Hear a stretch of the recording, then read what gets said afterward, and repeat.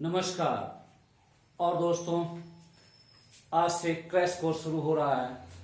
आप सभी को मेरी तरफ से शुभकामनाएं।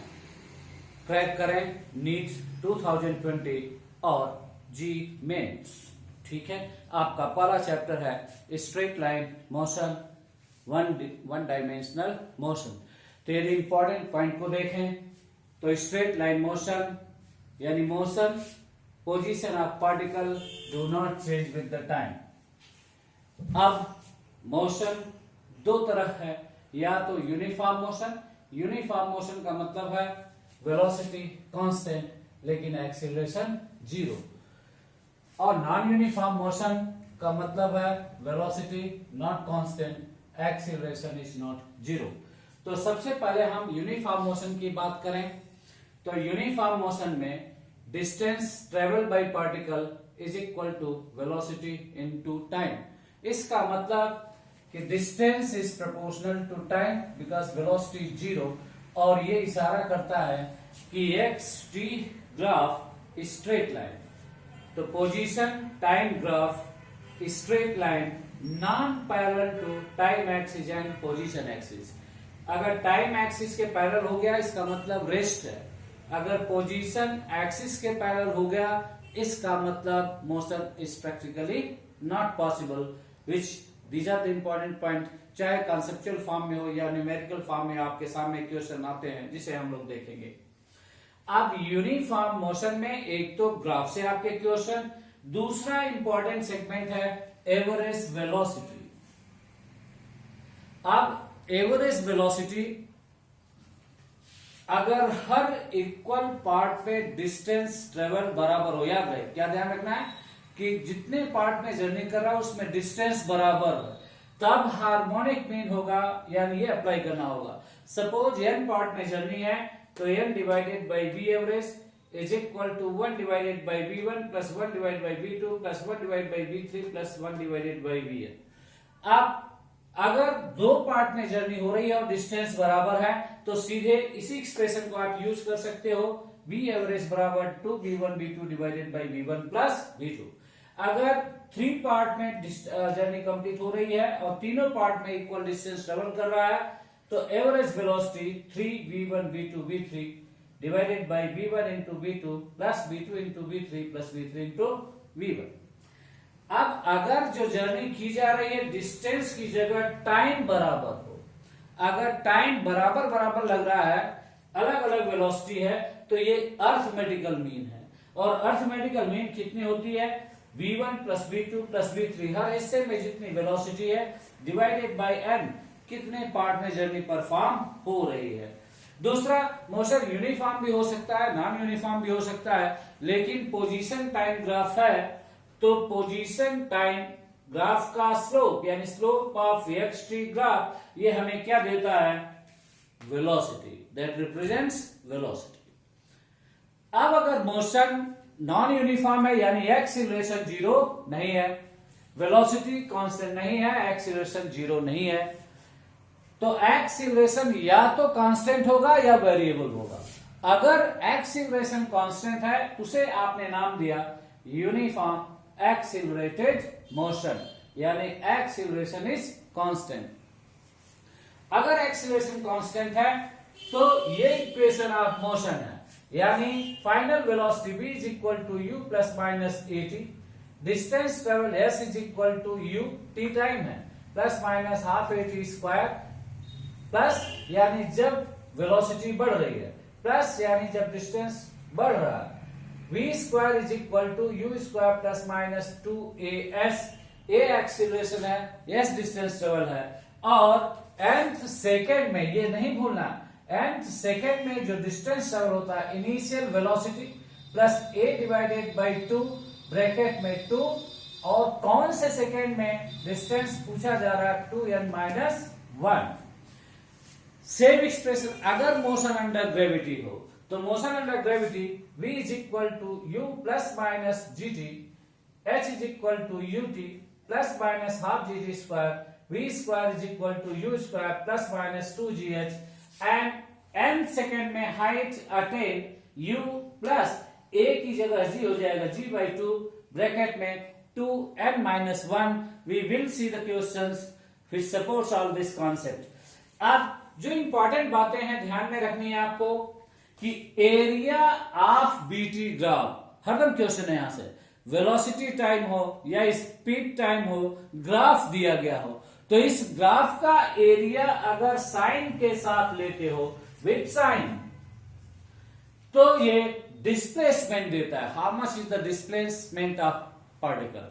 टाइम एक्सिस के ऊपर एरिया पॉजिटिव होगा और टाइम एक्सिस के नीचे एरिया नेगेटिव होगा, दोनों को माइनस करना होगा तो आपको क्या देगा, डिस्प्लेसमेंट। लेकिन अगर साइन को कंसीडर न करो तो डिस्टेंस होगा। जब क्वेश्चन में डिस्टेंस पूछा जाए तो area of VT graph without sign is equal to distance. जितना टाइम एक्सिस के ऊपर एरिया है, जितना टाइम एक्सिस के नीचे एरिया है, दोनों को निकाल के जोड़ दो, that will be equal to distance.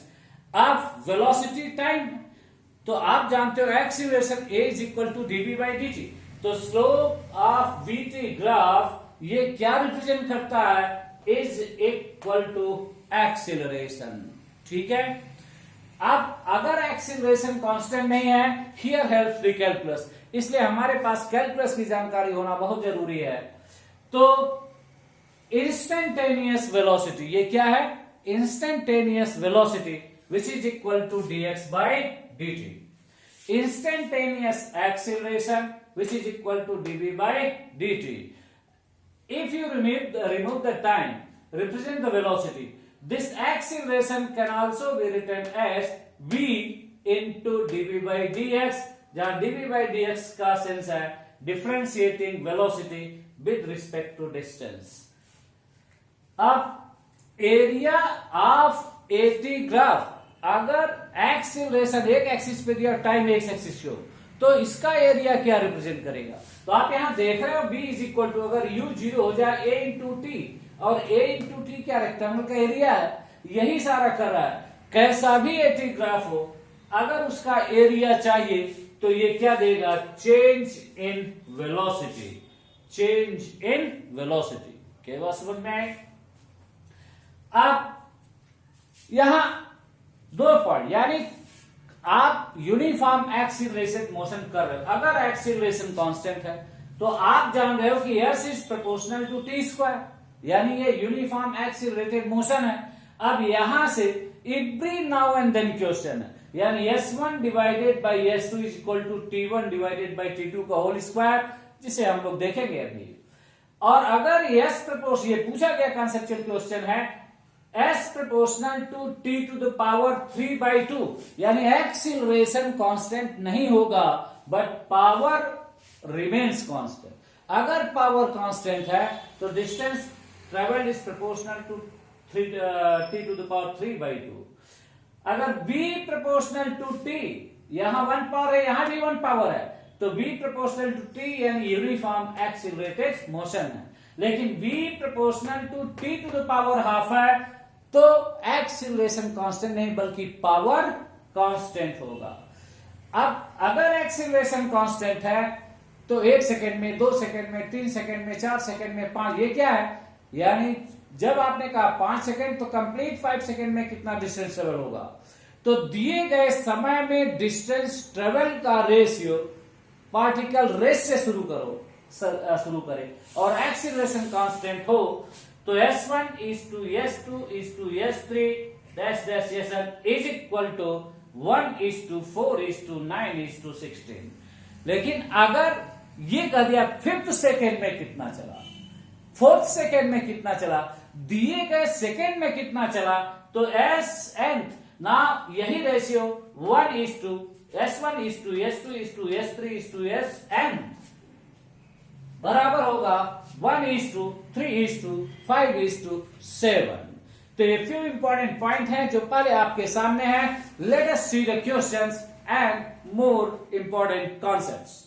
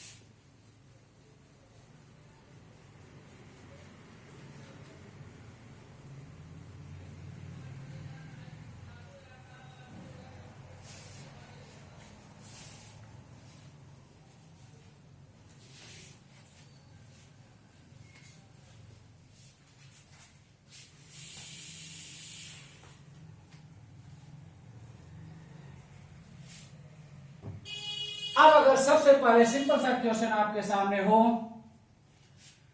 If slope of position time graph xt graph, position time graph of a particle performing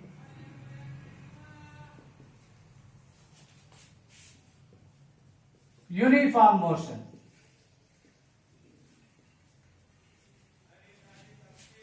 is 60 degree, then velocity of particle is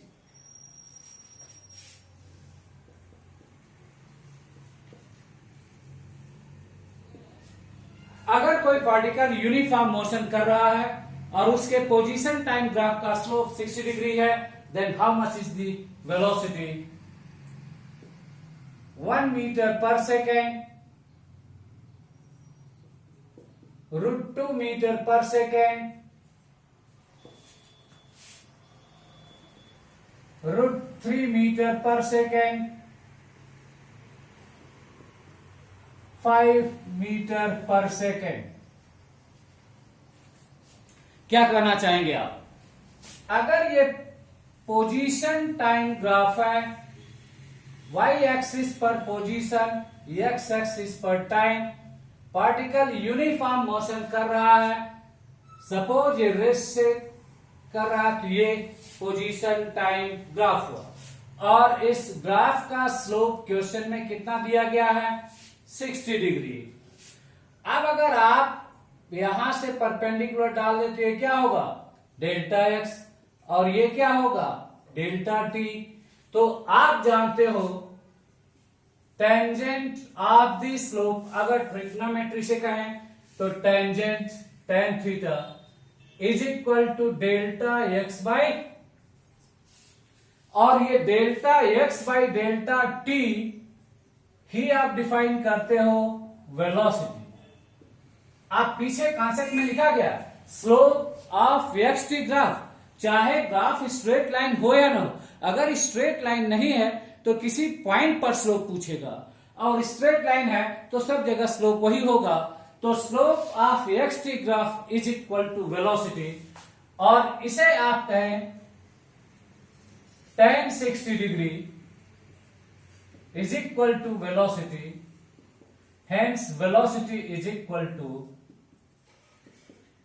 √3 meter per second। Third option is correct. 60 degree slope है तो इसके tangent की value ही represent करेगी particle की velocity. क्या ये बात समझ में आई? ओके, नेक्स्ट क्वेश्चन देखें। This is position time graph. इधर x यानी पोजीशन है और x एक्सिस पर टाइम है, और कोई पार्टिकल मोशन परफॉर्म कर रहा है ग्राफ इस तरह से, this is point A, this is B, this is C, this is D। ठीक है। In given position time graph,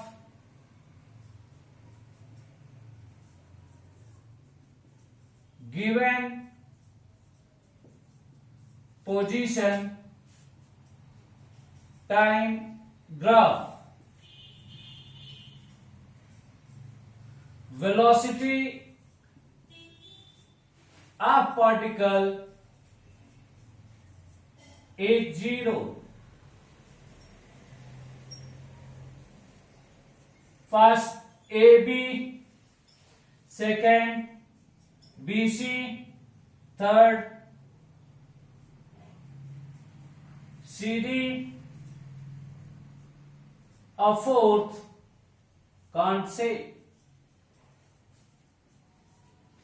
क्या कहना चाहेंगे आप? ये पोजीशन टाइम ग्राफ है, आपको सिंपली ये जज करना है किस सेक्शन में पार्टिकल की वेलोसिटी 0 है।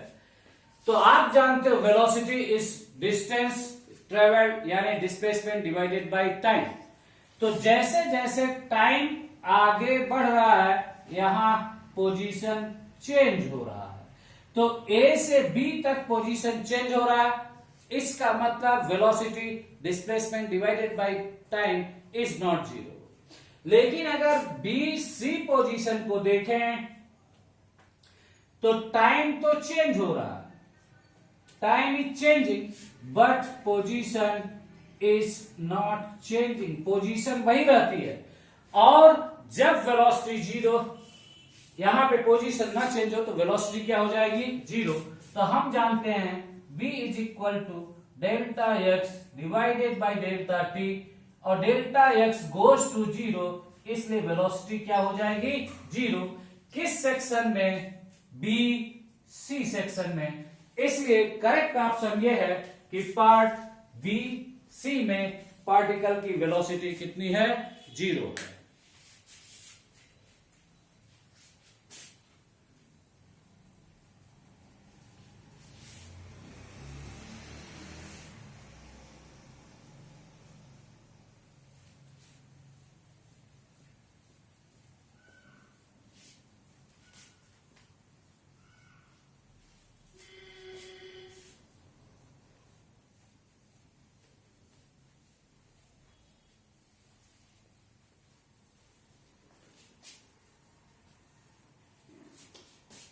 नेक्स्ट क्वेश्चन देखें आप,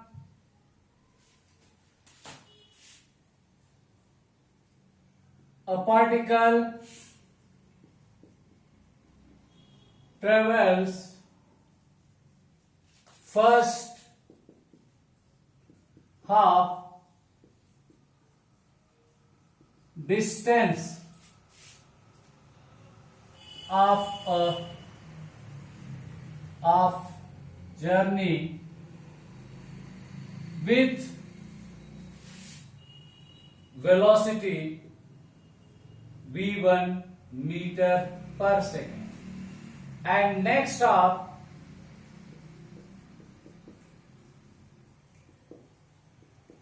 with velocity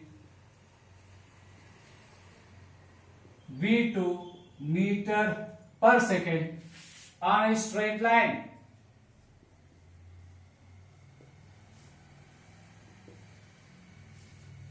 Then average velocity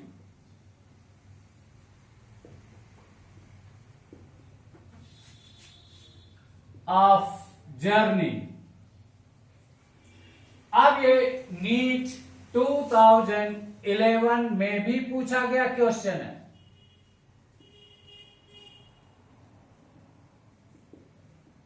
as it is, और ऑप्शन है आपका v1 into v2 divided by v1 plus v2, v1 into v2 divided by v2 minus v1, 2v1 v2 divided by v1 plus v2, v1 plus v2। तो क्या option सही होगा? अब आप जान रहे हो यहां दो हिस्से में कॉन्सेप्ट बेस्ड क्वेश्चन सीधे दिया गया। जर्नी दो पार्ट में की गई है और दोनों पार्ट में डिस्टेंस ट्रेवल क्या है, सेम, वो भी स्ट्रेट लाइन में है। इसका मतलब डिस्टेंस सेम हो तो पीछे आपने कॉन्सेप्ट लिखा हुआ है, यानी हार्मोनिक मीन होगा। यहां अर्थमेटिकल मीन नहीं होगा, हार्मोनिक मीन, हार्मोनिक एवरेज, और n बराबर 2 पीछे आपने कॉन्सेप्ट में लिखा हुआ है, डिस्टेंस सेम है। तो b average is equal to 2v1 v2 divided by v1 plus v2, और यही करेक्ट ऑप्शन है। तो थर्ड फोर्थ जहां जिस भी ऑप्शन में you can choose 2v1 v2 divided by v1 plus v2। अब ये और भी कई बार पूछा गया है, फर्क इतना है कि v1 की जगह कुछ वैल्यू दे दी गई, suppose 8 metre per second, v2 की जगह कुछ वैल्यू दे दी, सपोज 6 मीटर। तो आपको सीधे हिंस निकालना है, 2 into v1 into v2 divided by v1 plus v2। Next question, ratio of distance traveled by uniformly accelerated particle from rest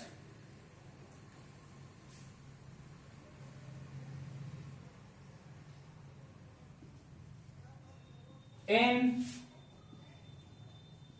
first,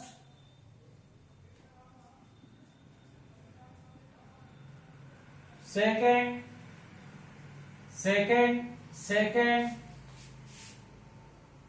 third, second, nth second. और option 1:1:1:1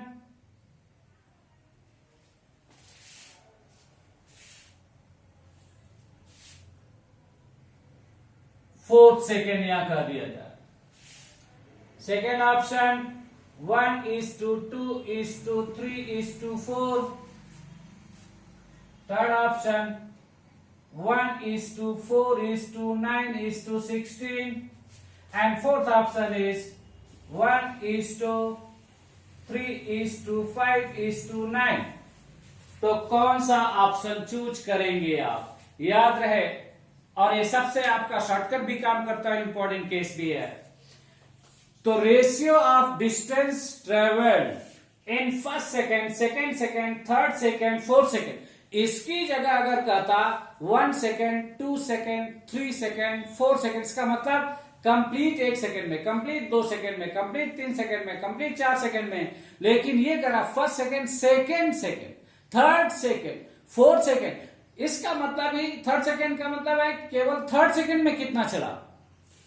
तो third second में distance तभी आएगा जब आप 4 second में कितना चला, 3 सेकेंड में कितना चला, उसको माइनस करोगे और फिर रेशियो लोगे। तो ये रेशियो 1:3:5